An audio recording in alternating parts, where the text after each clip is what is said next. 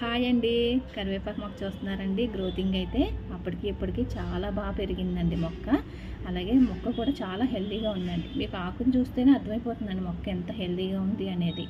అది స్టెమ్ అలా పైకి వెళ్ళిపోతుందండి. అందుకని దాన్ని కర్రేసి అక్కడ నిలబెట్టాను అనమాట. మనం ఎప్పటికప్పుడు కరివేపాకు మొక్కని పించింగ్ అనేది చేసుకుంటూ ఉండాలండి. అప్పుడే గుబురుగా వస్తుందన్నమాట మొక్క.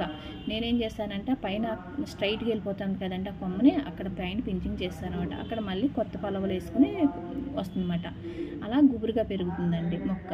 ఏ మొక్క అయినా సరే అంతేనండి, మనం అలా పించింగ్ చేసుకుంటూ ఉండాలి. ఇంకొకటి ఏంటంటే కరివేపాకు మొక్కకి ఎక్కువ మచ్చలు అనేవి వస్తాయండి. మీరు ఎప్పుడైనా అబ్జర్వ్ చేశారో లేదో కానీ ఆకు మీద మచ్చలు ఉంటాయండి. కానీ మన మొక్కకైతే అలాంటివి ఏమీ లేవులేండి. మొక్క అయితే చాలా హెల్తీగా ఉంది. అది అలా మొక్క పైకి వెళ్ళడం, దాని కింద నేను చామంతి మొక్క వేసాను కదండి, అది కూడా చాలా హెల్తీగా వస్తుందండి. ఎప్పటికప్పుడు ఏ మొక్క అయినా మనం అలా పించింగ్ చేసుకుంటూ ఉంటే గుబురుగా పెరుగుతుందన్నమాట అండి.